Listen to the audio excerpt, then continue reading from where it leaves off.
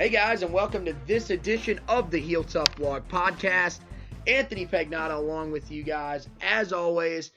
And we welcome in Josh Marlow, who is back with us yet again. Buddy, how's it going? It's going great, pal. Just got done watching the Saints and Rams game. Getting ready to watch Aaron Rodgers and Tom Brady go off for probably the last time in their careers. It's been a great NFL Sunday, coming off a disappointing college football Saturday in so many ways.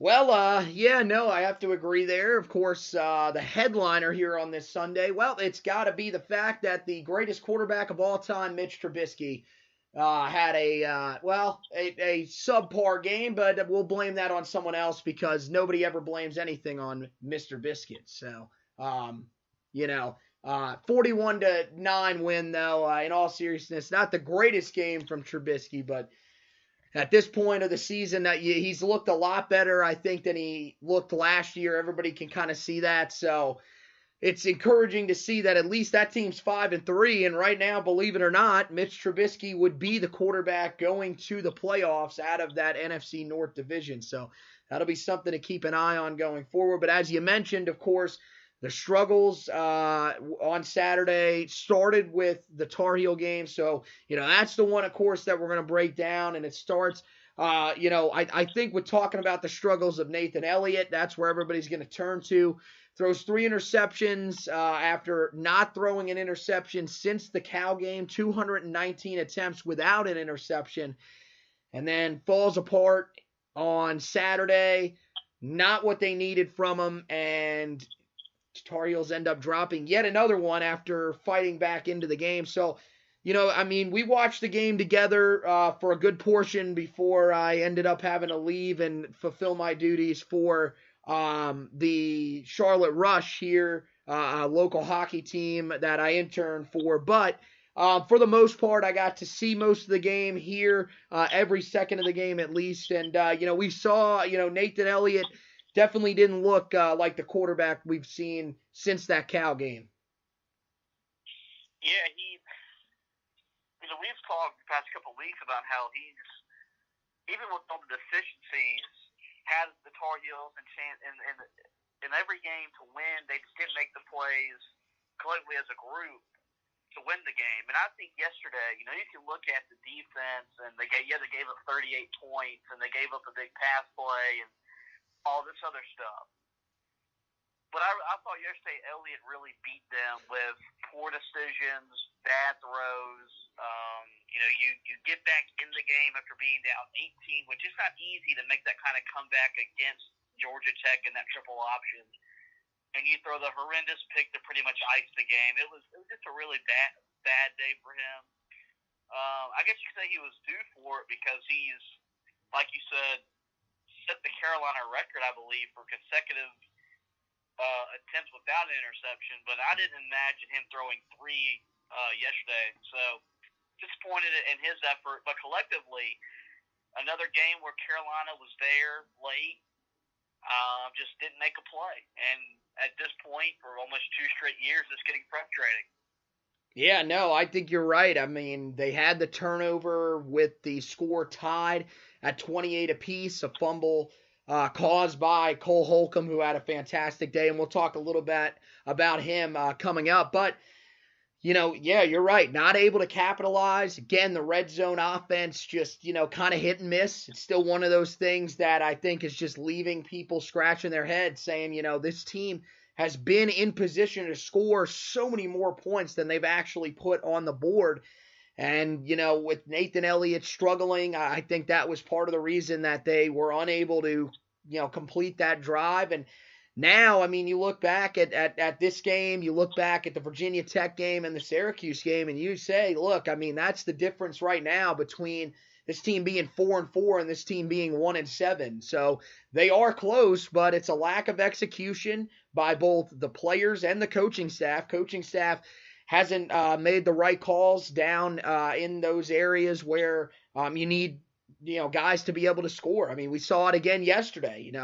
One of the interceptions that was thrown, you had, Antonio Williams could have been in to carry the ball on first down and goal. You chose not to go with him there. Or no. What am I talking? Not an interception wasn't thrown.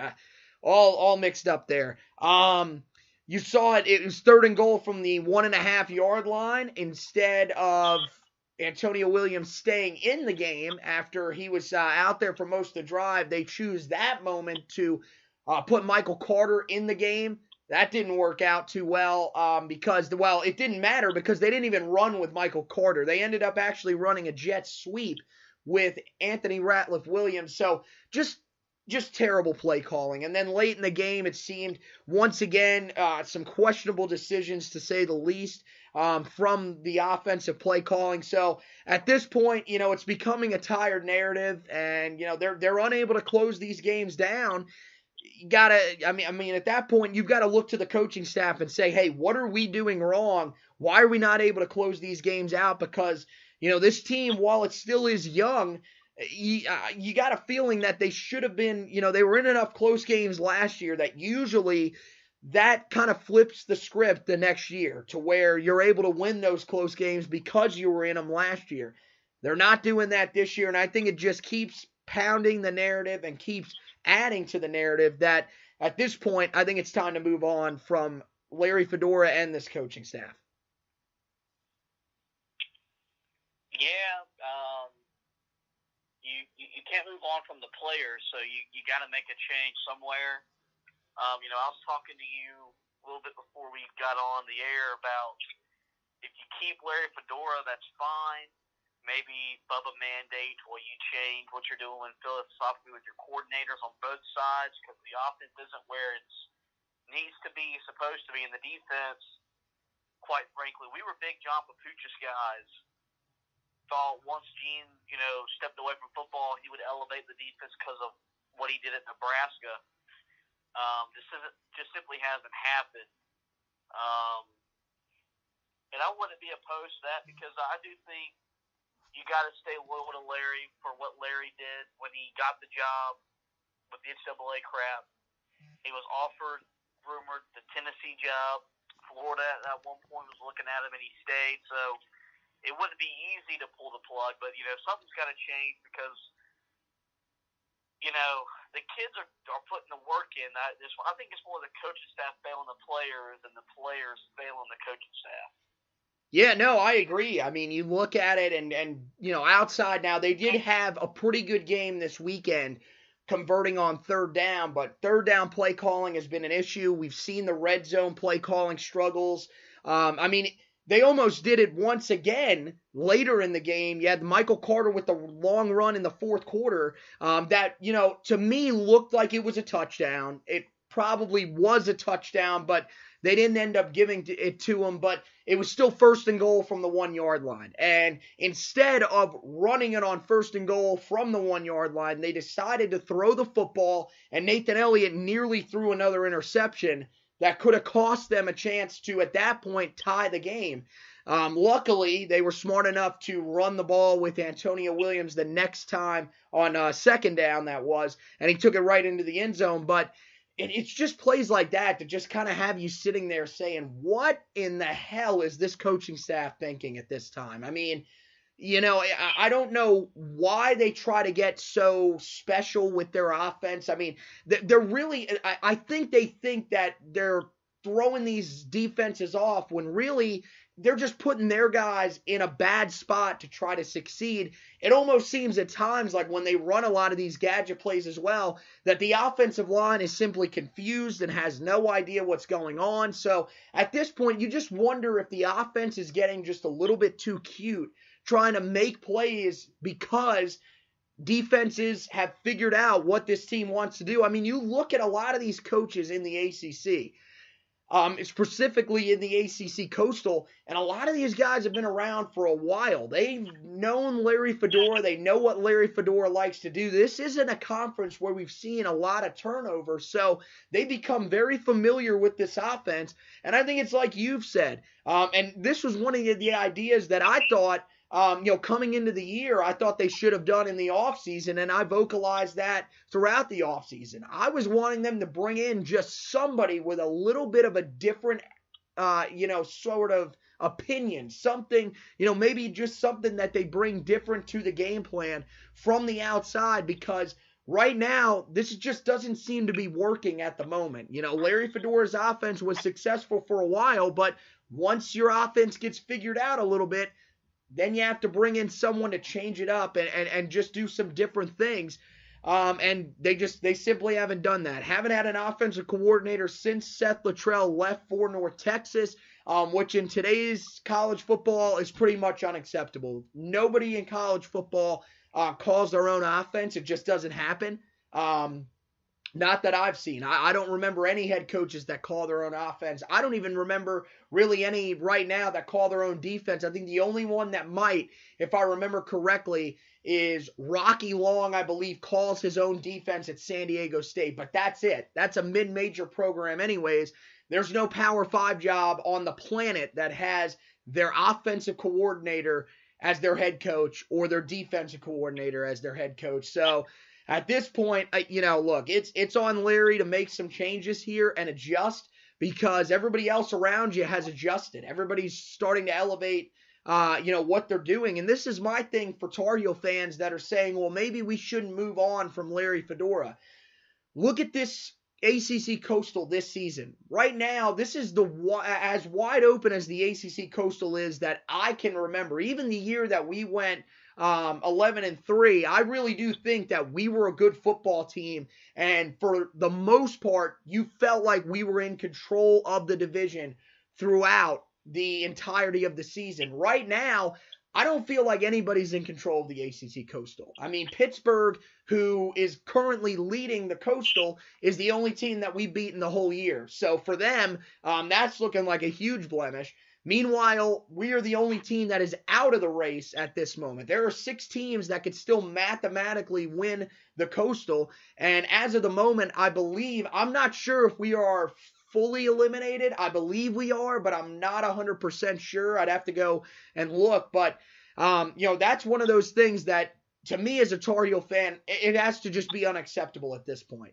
You came in with the mindset of winning 6 games, maybe 7 games. And right now, if that team was on pace to win 6 or 7 games, believe it or not, they might be on pace to actually win the Coastal and head to Charlotte. So there's got to be some standards here. I mean, the thing is, there's no balance in this fan base. People either want this team to win 12 games a year and go to the national championship, game once or twice a decade, which makes absolutely no sense. Or they think, well, we're a basketball school, so, settling for a 4-win football team is not the worst thing, which to me makes no sense either. We've seen that this team is capable.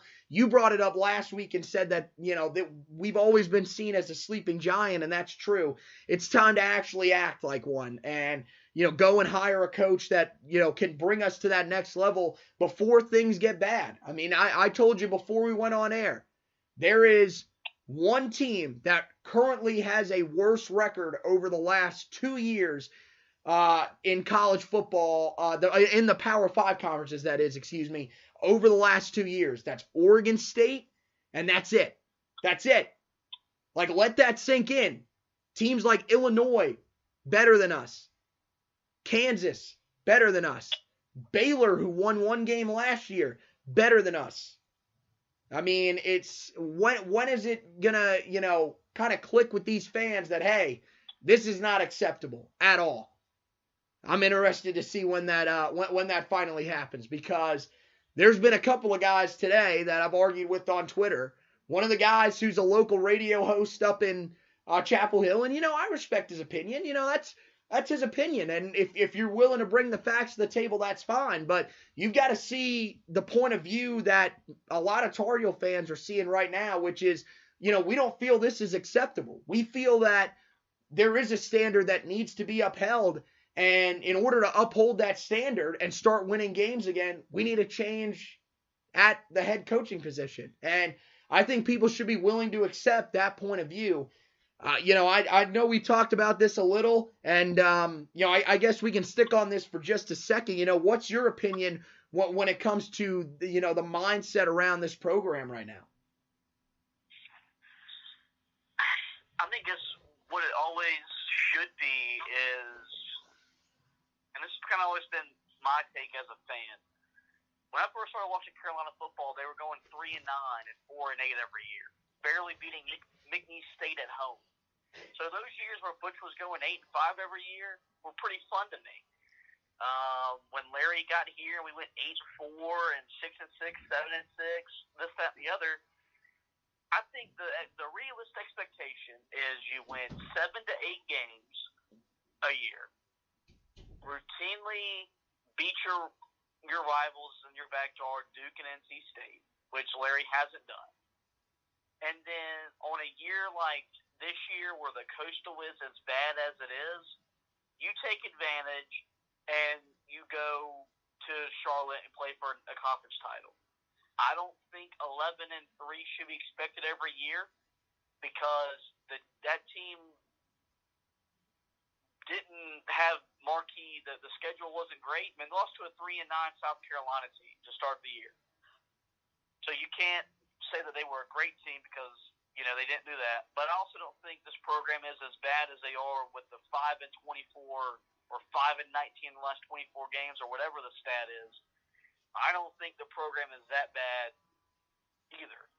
So I think if we could just all get on board, we win 7 to 8 games, and we do it in a fun, exciting way, which is what we kind of thought we were getting with Larry Fedora and the spread, and we take advantage of a down year in the Coastal when Miami and Virginia Tech aren't good and you make it to the conference title game, then I'll be okay with that. I mean, and he's been, 7 years? He's won the Coastal technically twice.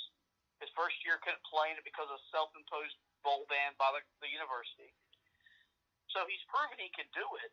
It's just now that teams have adjusted to us and our style. We haven't made the necessary adjustments in the offseason in the film room to counteract the defenses. And so that's what I've always thought. 7 to 8 wins, make it fun, beat Duke and State, and at least when it's November, you're still waking up on Saturdays to watch Carolina football. It's not, when does basketball season start? Yeah, I think that's realistic, and that should be every fan's mindset. But like I said, these people, this fan base is all over the spectrum. And they have no idea. I mean, the expectations for a lot of these for these fans are just, they're as frustrating as the coaching staff at this point. So, I don't think I could put it much better. I would say, I'd say 7 to 8 wins. Yeah, maybe even you could almost, I would even be okay with you leaning 8 to 9 if you're in that area. But 7 to 8, I feel like is a pretty good area because in the ACC Coastal, barring someone finding a coach that settles in and really just takes over and is dominant, that's going to keep you around and potentially win you a couple of ACC Coastal titles. And then, being in contention at least in November is where you want to be when it comes to the Coastal. I mean, you would like to see them at least appear in the ACC championship game once every 5 years. I think that's a pretty realistic goal, especially considering that you have Duke, who's only been to the ACC championship game one time. And, let's be really honest, that's not really a team that you see as a threat to win the Coastal, it seems like, really since that year. Like, they've always had some talent. They've won a lot of games outside of the conference, but once they get in conference, that's where they really start to struggle. And then Pittsburgh yet to make it there. They may make it there this year, but I still don't feel like they will.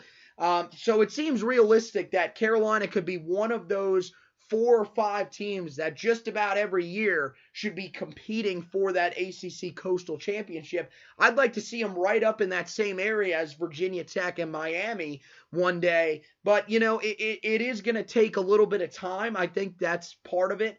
One of the other things that you didn't mention, but I think you would also say you would like to see as well, is to at least have every year a top 30 recruiting class. You are inside one of the biggest hotbeds in the recruiting game right now when it comes to football in North Carolina. This state has grown to be one of the better places to go and get prospects, especially from the Charlotte area. So you've got to be able to control your own state And, also considering the fact that you have pipelines that have developed down to Florida and down to Georgia, there is a lot of talent down there, and you've gotten some pretty good talent out of there before. You've got to be able to keep that up. So having a top 30 recruiting class, I feel, is important. You look at the class where they sit right now, and this is one of my big things when it comes to how quickly this group has fallen off coaching-wise.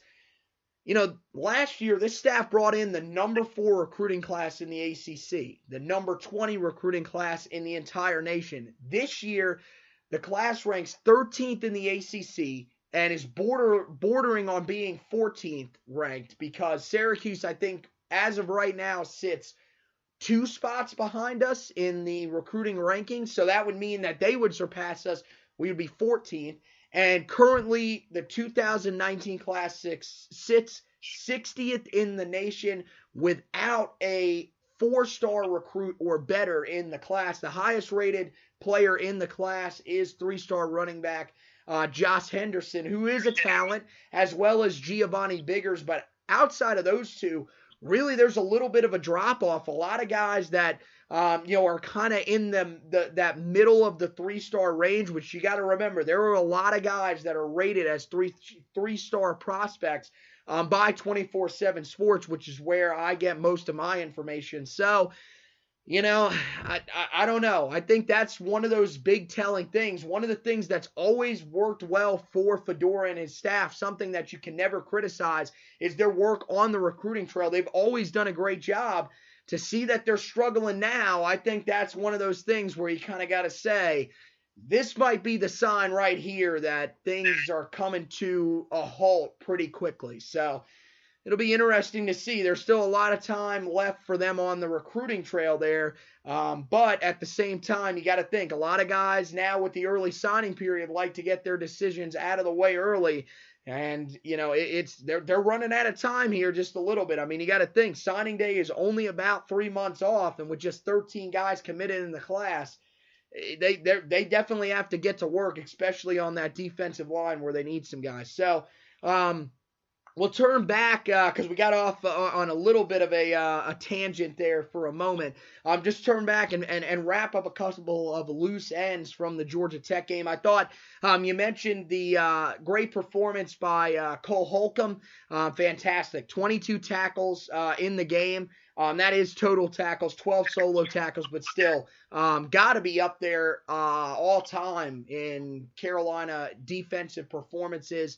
As you were talking about before we got on the air here. And then the other thing was, I think, 3 forced fumbles, that's got to be a Carolina record. I would think the total tackles has to be up there too. So just a great performance from him. Alan Artis, a fantastic performance. In his first game out there at linebacker, he was forced into action, ended up finishing with, I think, 14 tackles, if I remember correctly. So he had a pretty good day for being put in the position that he was put in. Other than that, I think Michael Carter was another guy that deserved a little bit of recognition. 10 carries, 68 yards. Seems like he's still that guy that needs to carry the bulk of the load because Antonio Williams continues to struggle. He's had a little bit of trouble here in the last couple of games with his decision-making when it comes to hitting those holes. So with the offensive line really starting to have some struggles, they need a guy back there like Michael Carter who's a little bit faster, who's a little bit more, quick to decide where he's going to go. I think that could be the move going down the stretch. And Antonio Ratliff Williams with 103 yards receiving, so you have to shout him out with a great performance. Probably his best of the season. I think got to be his best of the season statistically. Anybody that stood out in particular to you? You mentioned Malik Carney and what he did with the touchdown, kind of his trademark when he gets fumbles. Jordan Brown kind of got more extensive carries yesterday and was productive. But yeah, you're pretty much right on with the hammer on the nail. So I don't know. I'm good. Yeah, I mean, really quickly, I wanted you to be able to talk a little bit about Cole Holcomb. I mean, that performance, Especially from a guy that, we know his story. He was a former walk-on that ends up, just kind of taking over. They actually, told the story a little bit yesterday on the broadcast about how there was a guy that had to come out because he lost his helmet. Holcomb got in there and was able to take a couple of reps and just kind of broke out. What was it, was it something a little bit special to see a guy like that, we've seen in this program for a while now and has really worked his way up through the program like very few have that good of a game? Yeah, I mean, you got to think story-wise on the team. He's got one of the better stories as a walk-on and all that. He's been a guy that I've been somewhat critical of, and maybe it's not all fair to him that he gets put in pass cover situations. So for him to come out yesterday and to really lay it all on the field when you're 1-6 and it's easy to quit. The kid didn't quit. Really gave us a chance to win a football game. And Larry's done a good job of developing walk-ons since he got to Carolina. Jeff Schottmer comes to mind in the linebacker position. So it was fun to watch, and hopefully he can build on that performance next week at Duke. Yeah. So we turn from that to one of the bigger storylines that's kind of came out of the Georgia Tech game, but really started developing a little bit before that, and that's the injury situation. Of course, last year, we know that injuries were a massive part of the Tar Heel downfall. 23 guys missed the final game of the season with injuries, which has to be some sort of record. I don't think they keep stats on that, but that's got to be up there. This season, of course, coming into yesterday's game, 13 guys that were on the season opening roster were not a part of the team yesterday due to injuries. So there are some guys that are out for the season. Chaz Surratt, of course, as you know, he was the guy that was first declared out for the season.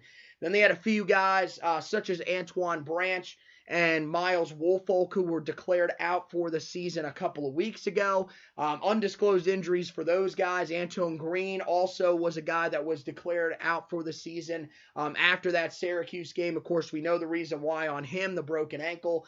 And then earlier this week, we found out that KJ Sales would be out for the season. Again, not sure what the injury is to him. I believe just from kind of looking around a little bit and seeing what he was posting on social media, it might be a leg injury. But we do know that he is out for the season. Some other guys that have missed significant time, of course, the starting quarterback in the game against Virginia Tech, Cade Fortin, remains out with a leg injury. As always, not much information on what that is because it's not season ending. They won't release anything officially on that. The rumor was that he was seen around campus the week of the Syracuse game with a knee brace on. So it's believed to be some sort of more, mid-level leg injury. So it'll be interesting to see if he does return this year. At 1-7, they might just say, scratch it. Let's just focus on, getting him healthy for next season and give him the red shirt. Jace Reuter, who ends up coming into the game, and we'll talk about him in a minute, he ends up getting injured as well. So now, potentially, and they believe the injury is serious enough that he could be out for the season, which is pretty amazing because the play that they do believe he suffered the injury on was a run up the middle, his last rush attempt of the game, where he took a hit that some people thought could have been targeting. They are saying that it was an arm injury, so if it was an arm injury, he actually finished that game out, the drive out, with a touchdown pass. So that's pretty sensational to stay in there with an arm injury. And then the defensive line alone, right now, just getting destroyed by injury. Guys that have been on and off the field all year in Aaron Crawford and Jalen Dalton. Crawford has played roughly around 10 snaps the entire season.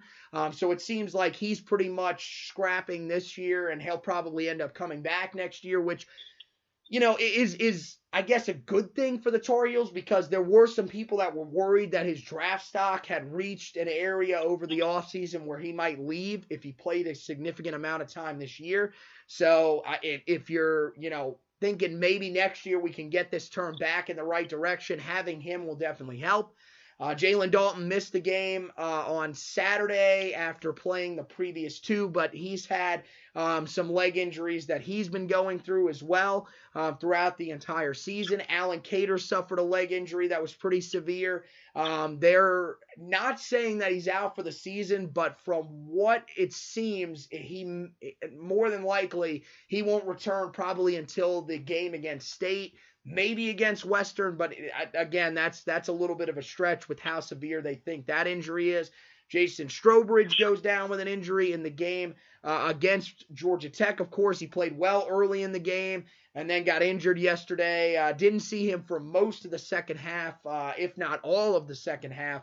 And then Timon Fox, of course, was on suspension. I believe he will be back for the rest of the season, so that will help. But a lot of guys dealing with injuries. Even guys like Tyler Powell, we've seen him go down a couple of times, but he's still stayed out there. Malik Carney's had a couple of times where he's come up limping.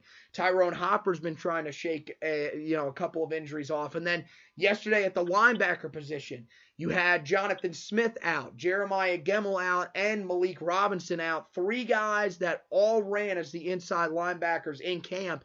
Alan Artis was actually subbed in, but Alan Artis has never played inside linebacker in his entire career. He was a guy, remember, that was originally brought to Carolina as a safety. They had to move him inside to linebacker, not only down to linebacker, but also inside for yesterday's game against Georgia Tech. Also, one thing that was interesting, Jonathan Sutton out injured as well, the running back who used to be a former linebacker. So that meant that Javonte Williams, the true freshman running back, a guy that pretty much only exclusively played running back in high school, played a little bit of safety, I believe, as well. He was actually warming up with the linebackers yesterday. So all of that should be a little bit concerning to Tar Heel fans, and that doesn't even mention guys like C.J. Kottman, who hasn't played in a while as well, on the back end of that defense. So, I just read off that huge list of injuries. It seems like this is starting to become something like last season. I don't think it's quite on that same level, but at the same time, I mean, there's got to be some concern right now with just the amount of guys that are injured, right? Yeah, it's very frustrating, concerning. You hate it for the guys that are getting hurt. Sales, like you said, was having a pretty good start to the year before the injury, and so many other guys. Crawford, who's supposed to be a leader on this team, just can't get on the field. I've kind of made some comments that you got to look to maybe getting a new strength and conditioning guy because these injuries are unprecedented. So we're still dealing with suspensions this week from the off-season stuff. So you had the suspensions and then the injuries. I mean, the front seven was pretty thin on Sunday or Saturday, and when you're playing Georgia Tech, that's the one place you can afford to be thin. So yeah, you still got emotional games against Duke and State, and we're not going to be fully healthy. It's going to make it harder for us to win those kind of games that could either keep Larry Fedora his job or cost him his job.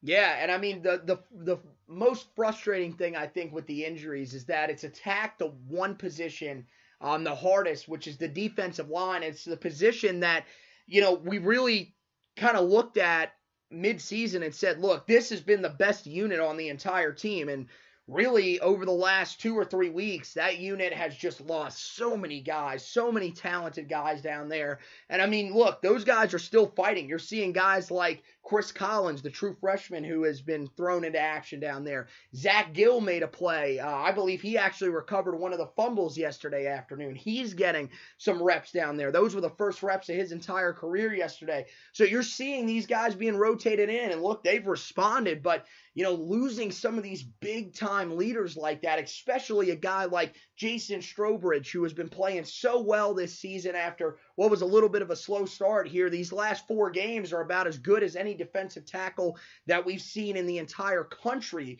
here recently. And then, you look at guys like you mentioned, Aaron Crawford just can't get on the field. So much talent there.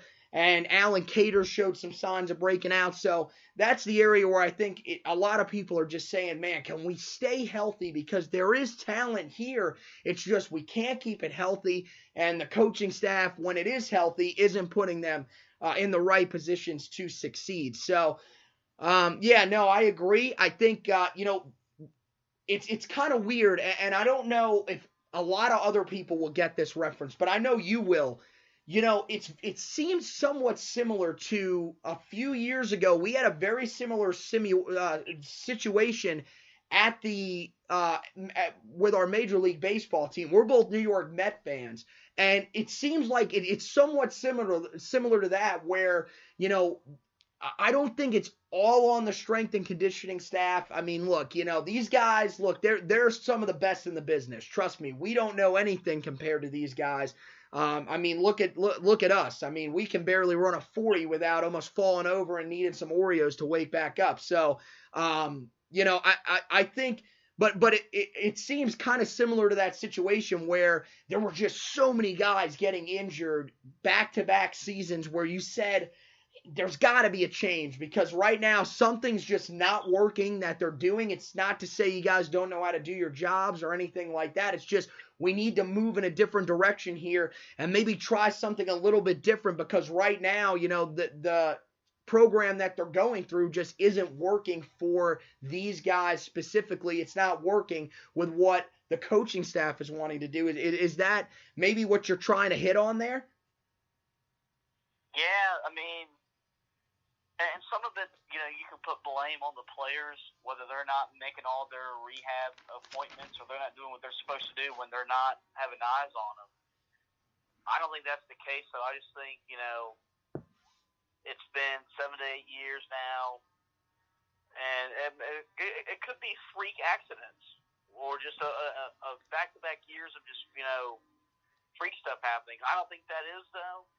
And all the guys support Hernandez. I know Larry thinks highly of him, but I mean, at some point you want your football team healthy, and we haven't been healthy the last 2 years, and ultimately that falls on him.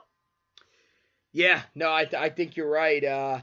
So yeah, I think with that we'll try to move away from the injuries, and we'll try to move on to this week's debatable topic. We had a little bit of trouble coming up with the debatable topic, but I think we'll go back to the quarterback situation, and really we'll do this. One of the guys that I was conversating with on Twitter earlier today, he's pretty much already said that he believes that with Cade Fortin, with Jace Ruder, it's pretty much a foregone conclusion that this team next year will take a huge step forward offensively.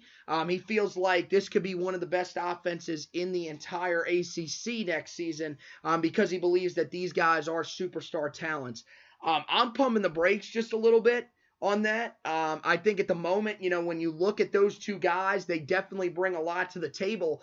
But he also brought up Kelly Bryant, and this was the topic that I want to talk about just a little bit. Kelly Bryant on campus yet again this weekend, seems to like what he's seeing about Carolina. My question is with, when you look at his stats, I urge people to go and look at his stats throughout his career. They are very similar to the statistics that Brandon Harris was putting up at LSU.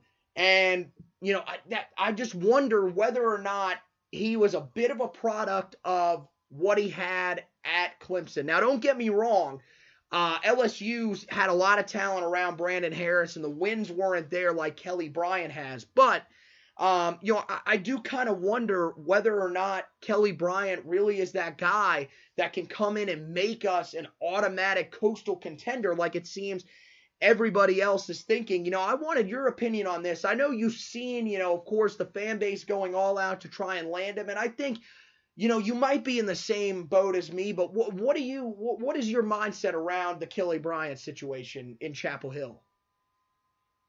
Same as when we did the whole Brandon Harris thing. I wasn't a fan. I think for one, it shows a lack of faith in the guys that you recruited. It seems that, so if, let's say Larry's on board and this is the second time now in 3 years we're going the transfer route to get a quarterback. You're telling all those guys you recruited that, well, we don't have enough faith in you to get the job done. And I just think you put Kelly Bryant in an environment that he doesn't have Dabo Swinney as his head coach, and 5 stars at the offensive line, the wide receiver and running back position. How good is he? I think you'll find out he's probably a mediocre quarterback at best. Now, he could probably get us to a bowl game, but the fans that believe that he's the guy that puts us back in contention to compete for an ACC championship, I'm not going that far. So, with that said, I would rather stay away with him. I think he's going to Arkansas anyway. But and stick with the guys you have in your room, because from what you saw with Fortin and with Reuter before they both unfortunately got injured, you had something you can build off with. And that's what I think I'd roll with if I was Larry Fedora and the coaching staff. So let me ask you this. If Fortin and Reuter were not on the roster, let's say that we didn't know what they were going to be. They were coming in maybe this year instead of last year. Would you have a little bit of a different opinion if it was just Chad Surratt and Nathan Elliott on the roster for next year? Would that maybe change it? Yeah, absolutely, because you've seen what you have with Surratt and with Elliott. Surratt has more physical tools, but his decision-making isn't where it needs to be. Elliott lacks the physical tools, and his decision-making isn't much better, and you've won 4 games with those guys starting games for you. So if you didn't have the youth coming up, then yes, I'd probably be more inclined to signing or accepting Kelly to transfer in. Okay, yeah, okay, that makes some sense. So you are of the belief, at least, that Cade Fortin and Jace Reuter are the guys going forward. You believe one of those can get us at least back to a level of being more competitive than Kelly Bryant would if he was under center. Absolutely. Okay. Yeah, I mean, that's a fair argument. I think, when you look at it, of course, everybody's going to want to say, well, he's a proven guy when it comes to wins and losses, and I think that's a fair argument. I mean, a guy that knows how to win is always something good to have in your room. And I think that, the comparison number-wise to Brandon Harris makes sense, but, it was like I was telling you just a little bit, I think that they are 2 completely different quarterbacks. Kelly Bryant was not benched at Clemson because he wasn't good. Kelly Bryant was benched at Clemson because somebody behind him was better. Brandon Harris was benched at LSU for a guy named Anthony Jennings who was not good. Being plain and simple, he was complete garbage. And the fact that he was benched for him should pretty much show you how much of a difference there is between the two. Brandon Harris is just simply not a college quarterback.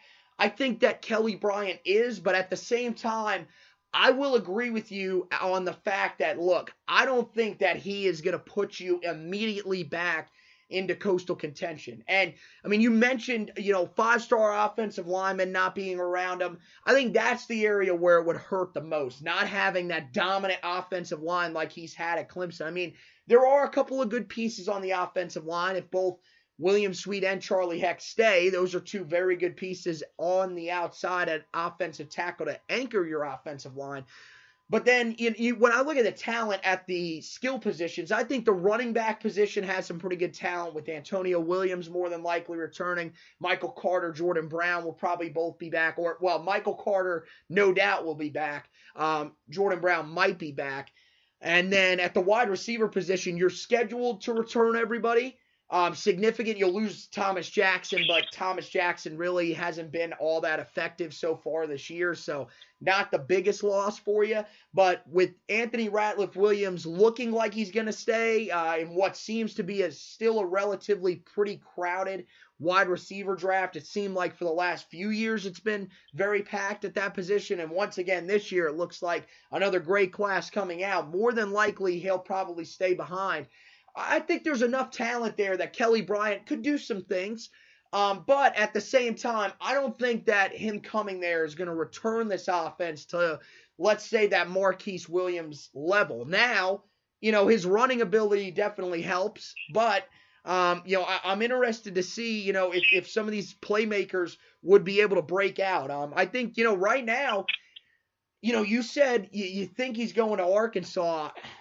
I'd agree that I think that's probably one of the teams that is the top competitors for him to Carolina. I would say right now, in my eyes, it's them in Carolina because you've got the connection with Chad Morris there. So that's what I think drives him there. He gets to play in the SEC.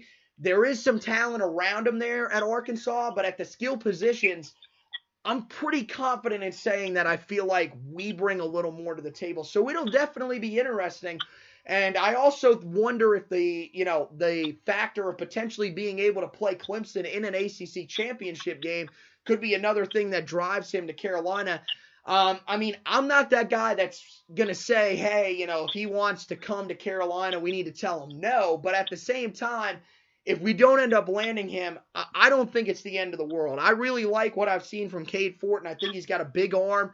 Really like his footwork, especially for a younger player. And then for Jace Ruder, I just like the way he throws the ball. Throws a hard ball. We saw him yesterday. He had a couple of throws deep, and while they were a little bit underthrown, and that was a little bit of my concern with him, was the arm strength. He's definitely got a stronger arm than Nathan Elliott, and he looks like a guy that is really just a tough-nosed player. I mean, he took a couple of hits. Now he's going to have to learn how to slide. That's one of the things that they're going to have to teach him because I don't think he knows what a slide is at all. He didn't seem like he's ever heard that word in his life. He was literally running head-on at defenders. And in order to stay healthy, he's going to have to be a little bit smarter, be able to get down and avoid some of those big hits. But, I think both of those guys definitely show the mechanics that they need to be successful. So, yeah, I agree that, Kelly Bryant isn't a must. But let me say this. Would you be opposed to Kelly Bryant coming to Chapel Hill if he comes in there? I mean, even if he gets beat out by one of the guys of Cade Fortin or Jace Ruder, I mean, I'm not opposed to him coming on campus. I don't think you are either, though. No, when I say I don't want him, it's not because I don't mean it negatively. If he comes to Carolina, he's going to bring championship level experience in that quarterback locker room. So you would think he'd be a good mentor for guys like Fortin and Ruder. Where Brandon Harrison kind of had that kind of pedigree. But when Brandon Harris came and we met him at Met the Heels, it was shook his hand, welcomed him to the team and the community. And I do the same thing for Kelly Bryant. It's just, I don't think that's the best way to fix the issues that the quarterback position currently has. And that's all I'll say about it. Yeah, no, I agree. And I understand what you're saying is, bringing in a transfer is pretty much seen as a stopgap. And, you're just one of the, that's basically saying, hey, we're really struggling recruiting the position at the moment. We have to get a guy from the outside that can come in and help us out until we can potentially recruit that next guy. And, the thing is, you look at the recruiting classes right now. As of right now, if the class stands where it's at, this will be the second year out of 3 that they will not bring a quarterback in. So, I don't know. Kelly Bryant may end up having to come to Carolina if they don't bring in another guy. I mean, you got to think at that point, Nathan Elliott and Chaz Surratt will both be on the roster. At least as of the moment, there have been some weird rumors out there. I don't know how much truth there is to any of them that Chaz Surratt could end up looking to transfer. So, I don't know. Right now, they're definitely struggling to recruit that quarterback position. I think that goes back to when they lost Tyler Shook's commitment earlier last year. So, it's one of those things, but we'll see as we get a little bit closer towards the end of the recruiting cycle. That should be when Kelly Bryant will make his decision on where he will play next year. Carolina, of course, with the unofficial visit a couple of weeks ago during the Virginia Tech game and the official visit this past Saturday during the Georgia Tech game, they seem like one of the teams in the driver's seat. So with that, we will turn and preview the game this week, and it's a big one against the Duke Blue Devils. And as you've mentioned, a team that Larry Fedora has not quite had the same success as many coaches before him.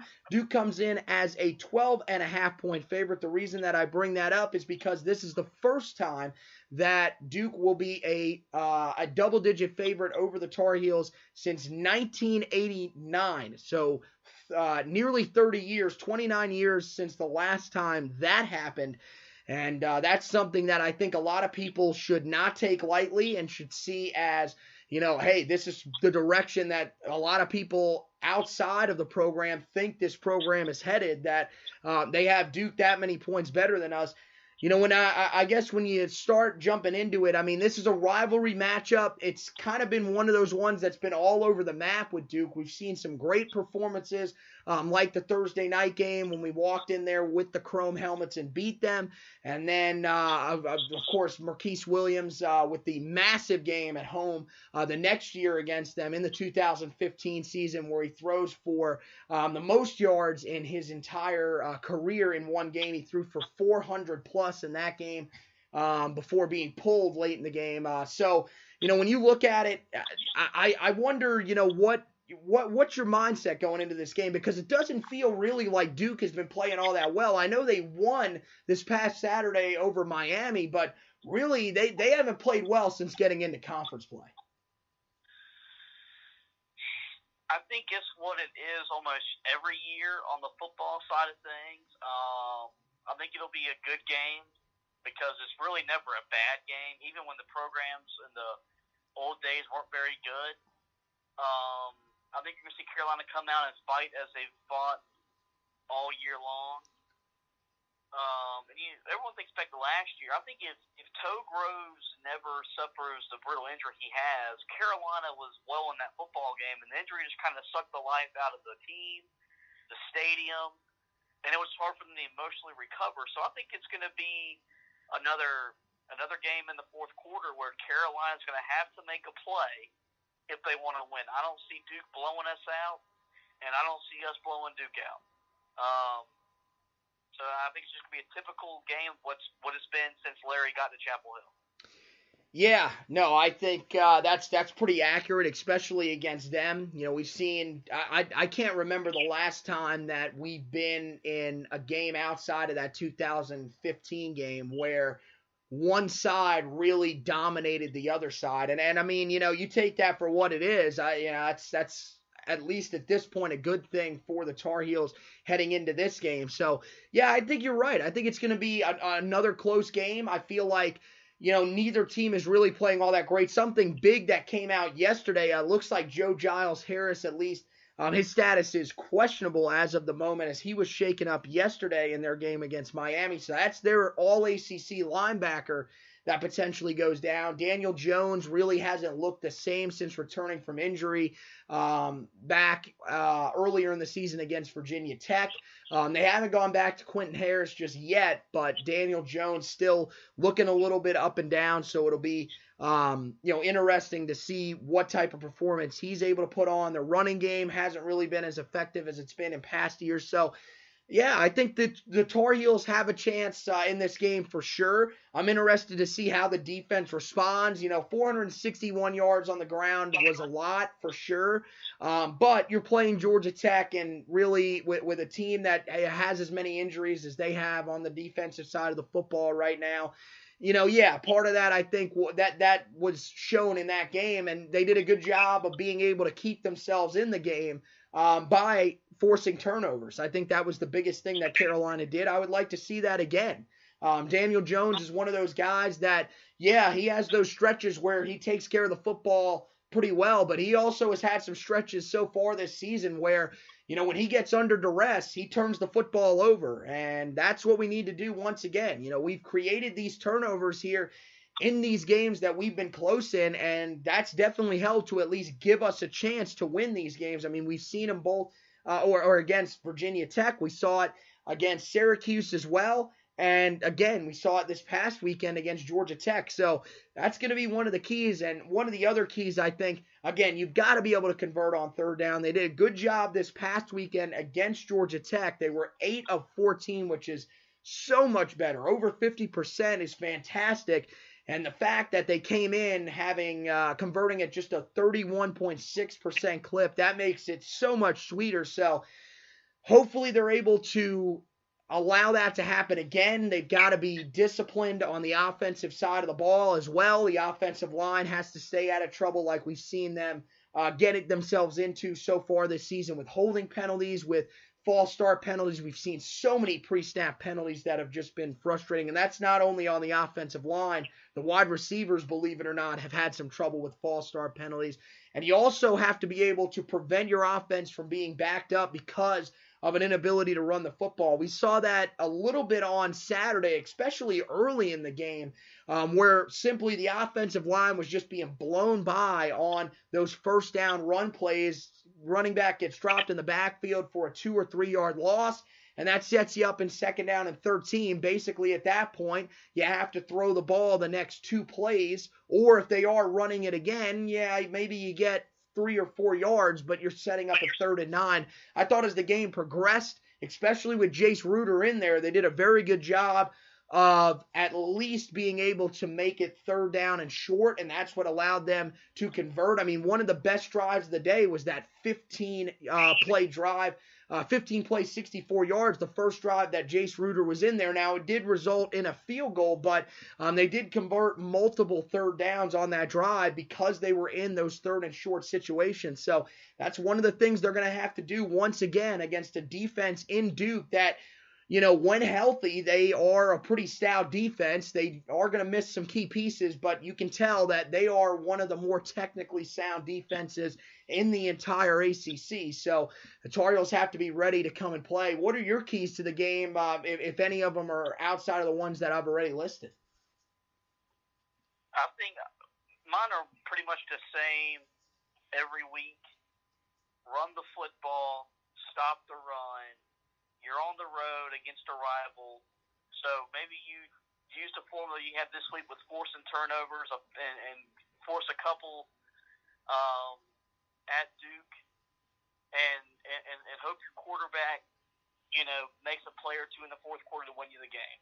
That's pretty much what it is at this point. When you're 1-7, there's not a whole lot to say what to do. It's just more you take care of the basics, and you'll give yourself a chance to win. They've done that the last 4 games for the most part. They just haven't completed it. They got to play a full 60 minutes, and hopefully when the clock strikes 0, they'll find a win.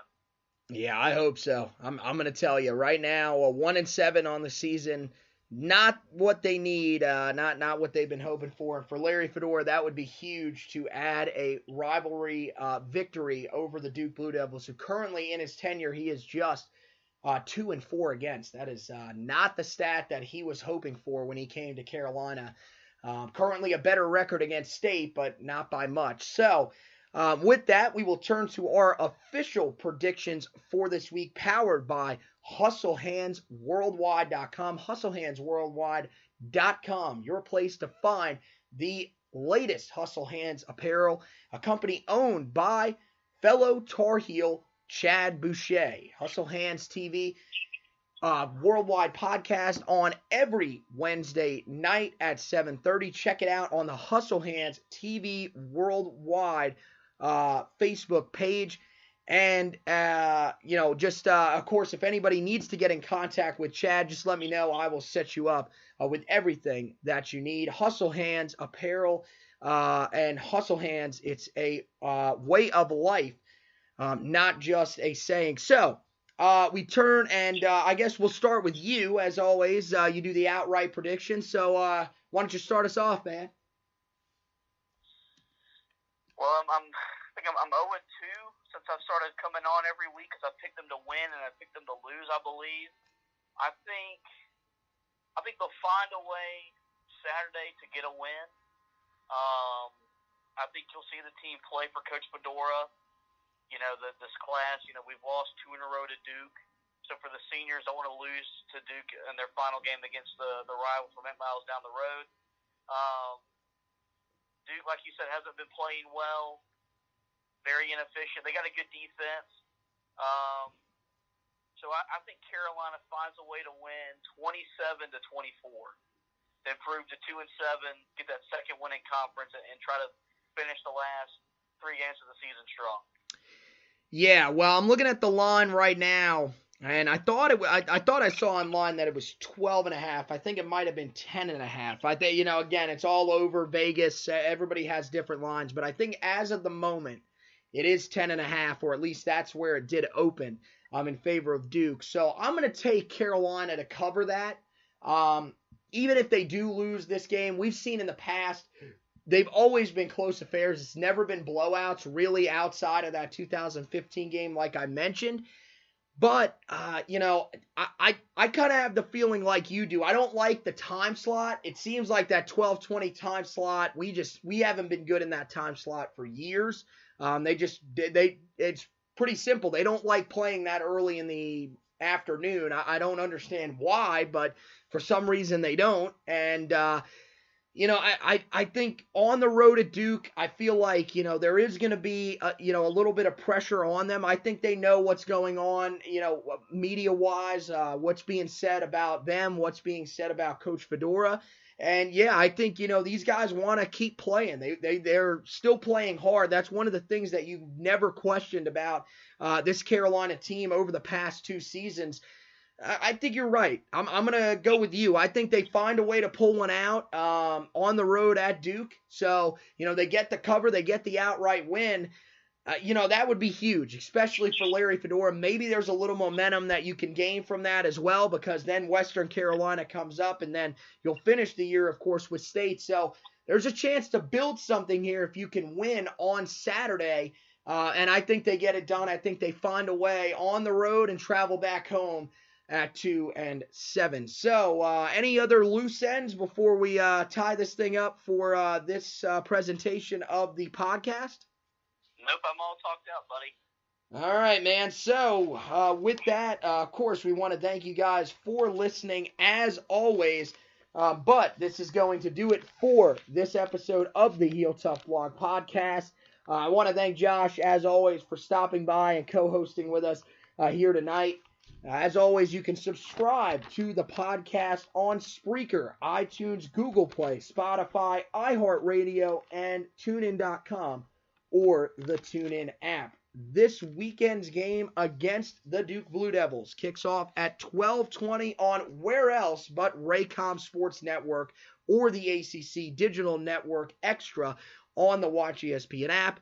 Tom Worm and Dave Archer will be on the call. Tom Worm actually liked my tweet from the other day saying that he should buy a house in Chapel Hill, because I'm assuming that he feels like he has called just about every possible North Carolina game that he can call this season. If you want to listen to it on the radio, though, of course, you know who will be on the call. Jones Angel and Brian Simmons will be on the call once again for the Tar Heel Sports Network. That's 99.3 FM and 1110 AM WBT in Charlotte, 97.9 FM and 1360 AM WCHL in Chapel Hill, and 106.1 FM WTKK in Raleigh. For others, please check your local listings. Thank you guys for listening, and as always, go Tar Heels!